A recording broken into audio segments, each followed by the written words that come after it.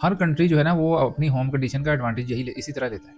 अब ऑस्ट्रेलिया ने जो विकेटें बनाई थी वो भी आपके सामने है कि टोटल बॉलिंग विकेटें थी और इंडियन बैटिंग को उन्होंने बिल्कुल भी ना, मतलब एक सिवाय एक दो बैट्समैनों के कोई भी इंडियन बैट्समैन जो था वो वहाँ पे परफॉर्म नहीं कर सका। वो कहते हैं ना पंजाबी में कि हुई तो साढ़े ना भी माड़ी है, लेकिन थोड़ा तो बेड़े गर्क हो गया।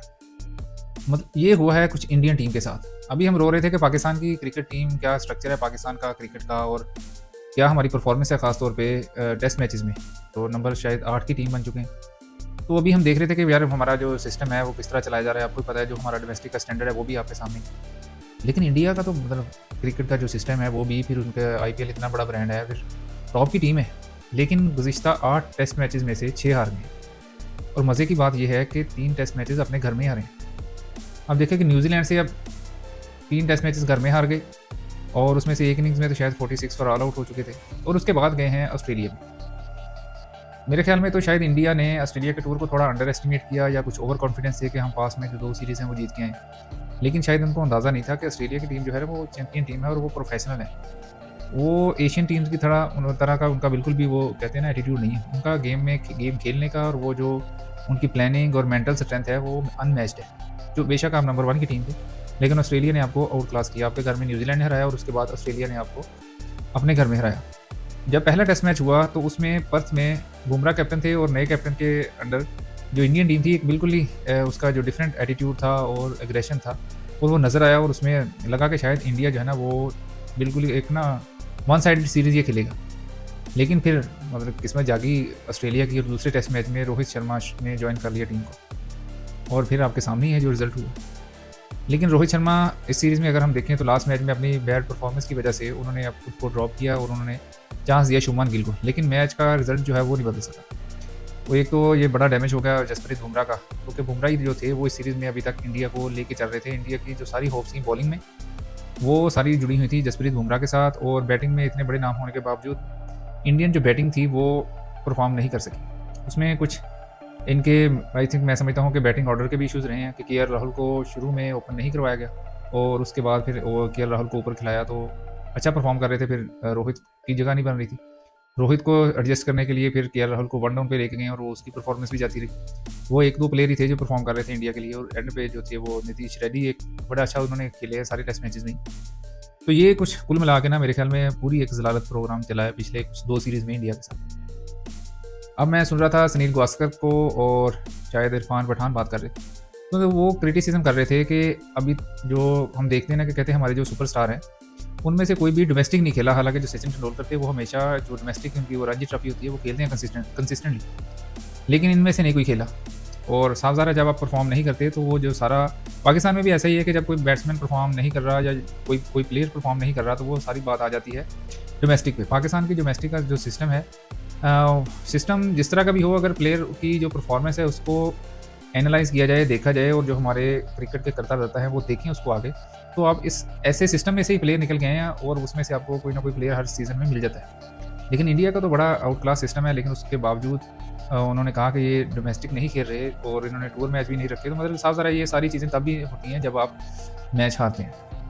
अब जो है ना वो एक सवाल ये, ड्यूरिंग सीरीज़ कुछ ऐसे इवेंट्स या ऐसी चीज़ें हुई हैं जिसकी वजह से ऑस्ट्रेलिया की टीम के लिए वो अच्छे साबित हुए, लेकिन इंडियन टीम के लिए वो उसका बड़ा उनको लॉस हुआ। जैसे अश्विन ने ड्यूरिंग सीरीज़ अपनी रिटायरमेंट अनाउंस की, उसके बाद फिर ऑस्ट्रेलिया के लिए मैक्सविनी को उन्होंने चांस दिया था अपने ओपनर को और उसके बाद उनको लेके हैं कॉन्स्टेंस को। कॉन्स्टेंस के आते ही एक एनर्जी उनकी ओपनिंग पेयर में आई और उन्होंने जिस तरह मतलब एक ना वो टसल और कंपटीशन की एक एनवायरनमेंट क्रिएट किया उन्होंने कॉन्स्टेंस ने, और मैच देखने का भी मज़ा आया। मतलब एक तो जैसा हुई थी उनकी ट्रेविस हेड की और उसके साथ हुई थी सिराज के साथ, तो इस तरह की चीज़ें हों सीरीज़ में तो सीरीज़ का मज़ा आता है। और खैर एज ए फ़ैन हमने बहुत ज़्यादा एंजॉय किया इस सीरीज़ को। नो इट डज़न्ट मैटर कि कौन जीता कौन आ रहा, हमारे लिए मैटर नहीं करता। हमारे लिए ऑस्ट्रेलिया जीती इंडिया जीती, हम तो एक अच्छा क्रिकेट जो थी ना टेस्ट सीरीज़ वो देखना चाह रहे थे और वो अच्छी सीरीज़ देखने में मिली। नो डाउट कि कुछ जो कंडीशन थी वो भी कुछ ऐसी थी और कुछ बैट्समैनों ने ऐसे स्ट्रोक्स भी खेले कि वो आई थिंक इररिस्पॉन्सिबल बैटिंग का मुजाहरा किया है दोनों टीम्स की जानिब से।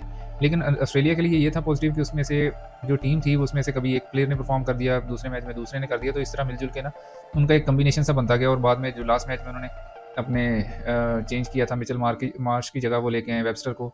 तो मतलब उसके लिए जो चेंजेस थी वो सारी एक पॉजिटिव साबित होती रहीं और वो एक उनका एक प्लानिंग थी और उसके अकॉर्डिंग वो चले। उसको उनके लिए हेज़लवुड जो थे वो अनफिट हुए दूसरे मैच में और उसके बाद स्कॉट बोलैंड को चांस मिला। तो मेरे ख्याल में तो वो इंतहाई अंडररेटेड बॉलर है और उसका मुझे जो लगता है वो वही हाल है बेचारे का जैसे वसीम और वकार पाकिस्तान के लिए एक टाइम पे खेलते थे। तो उस दौरान बड़े-बड़े अच्छे डोमेस्टिक में पाकिस्तान में कुछ उन लोगों ने रिप्रेज़ेंट भी किया पाकिस्तान को, लेकिन वो अपनी परमानेंट प्लेस टीम में नहीं बना सके। उसकी वजह थी कि उस टाइम पे उस दौर के लेजेंड्स खेल रहे थे पाकिस्तान के लिए। तो ये स्कॉट बोलैंड का भी वही हिसाब है कि हेज़लवुड, स्टार्क और कमिंस के होते हुए उनको चांस नहीं मिल रहा। हेज़लवुड पहले भी 1-2 दफ़ा चांस मिला तो उस बंदे ने आउट क्लास परफॉर्म किया। और मेरे ख्याल में जो मेजर कंट्रीब्यूशन है, क्योंकि मिचेल स्टार्क ने सिर्फ वो पिंक बॉल वाले मैच में ही ज़्यादा अग्रेसिव बॉलिंग की और वो विकेटें ली थी। उसके अलावा तो उनकी जो परफॉर्मेंस थी बॉलिंग में वो एवरेज ही रही। पैट कमिंस ने एक शो की और पैट कमिंस और जसप्रीत बुमराह मेरे ख्याल में तो ये दोनों प्लेयर्स ही थे। उनका एटीट्यूड जो कि 22 खिलाड़ियों में ये दोनों डिफरेंट ही नज़र आ रहे थे। जिस एनर्जी के साथ पैट कमिंस ने लीड किया ऑस्ट्रेलिया की टीम को और उन्होंने अपनी टीम को WTC के फाइनल में पहुंचा दिया। और इंडिया की जो तमाम उम्मीदें थी लास्ट टेस्ट मैच हारने के बाद वो अब WTC के फाइनल से बाहर हो चुके हैं और अब WTC का फाइनल होगा टेम्बा बवुमा की टीम के साथ। जी हाँ, मतलब अफ्रीकन जो बट हैं, African player Temba Bavuma, Temba Bavuma जब विकेट पे आते हैं तो आपको पता ही है। हाँ जी, वही हालात होते हैं और उनके साथ है जी फाइनल लॉर्ड्स में। अब टेम्बा बवुमा की क़यादत में साउथ अफ्रीकन टीम खेलेगी ऑस्ट्रेलिया के साथ। नो डाउट कि उसमें ऑस्ट्रेलिया ही फेवरेट होगी, लेकिन फिर भी देखें।